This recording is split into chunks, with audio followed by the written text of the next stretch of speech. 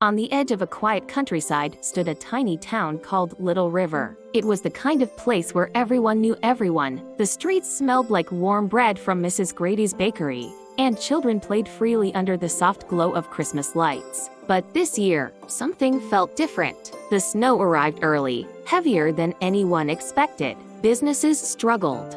Families tightened their pockets. And for the first time in 50 years, the town announced something heartbreaking. There will be no Christmas festival this year. No lights on Main Street. No choir. No tree. No celebration. People tried to pretend it didn't hurt, but deep down, it felt like the town had lost its heartbeat.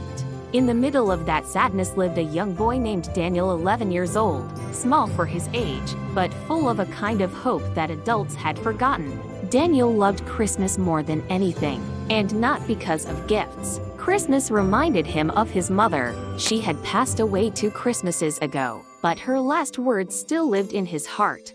Daniel, whenever you feel lost, bring light to someone else. That's where miracles begin. This Christmas, Daniel needed a miracle more than ever, not just for himself, but for his whole town. On the morning of December 23rd, Daniel woke up with an idea so wild he knew it had to be from God. He put on his tiny snow boots, grabbed his red scarf, and ran door to door, knocking and asking everyone the same question: "Will you help me bring Christmas back?"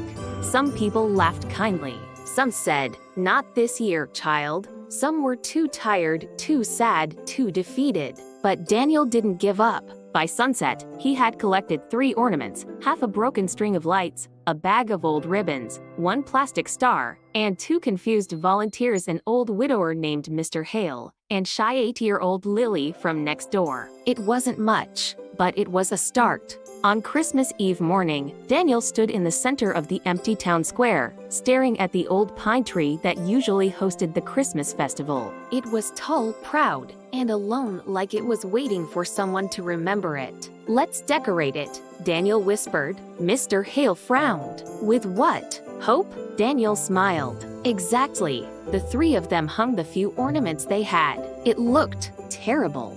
Crooked, sparse, a tree only a mother could love. Daniel stepped back and sighed. Maybe it's not enough. Lily tugged at his sleeve. Maybe people just need to see someone try. Just then, something shifted in the air. A door opened. Then another. A family walked out carrying a box of old decorations. Then the baker with a tray of leftover pastries. Then the choir teacher with her guitar. One by one, people came. Not because the tree was beautiful, but because Daniel's courage reminded them of what they'd forgotten. Christmas isn't canceled unless you cancel it in your heart. Before long, the whole town square was glowing. Lights sparkled, children laughed, snowflakes fell like blessings.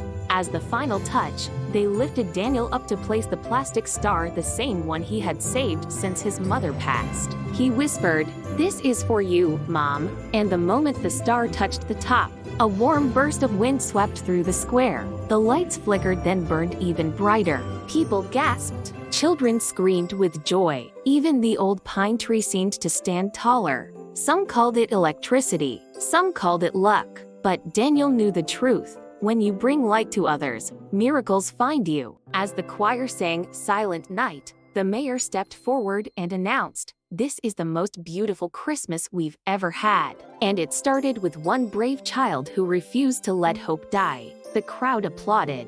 Daniel's eyes filled with tears, not of sadness, but of belonging. A woman in the crowd leaned to her husband and said, "We should thank that boy's mother." He nodded. "Oh, I think she's already watching." As the night ended, the camera pans to Daniel looking up at the sky, whispering, "Merry Christmas, Mom." And somewhere in that cold, bright sky, it felt like she whispered back, "I'm proud of you." If this story touched your heart today, hit subscribe, because I believe the world needs more light, and together, we can spread it. Watch more stories from our distinct playlists. Tell me in the comments, what miracle are you hoping for this Christmas? Merry Christmas from me to you!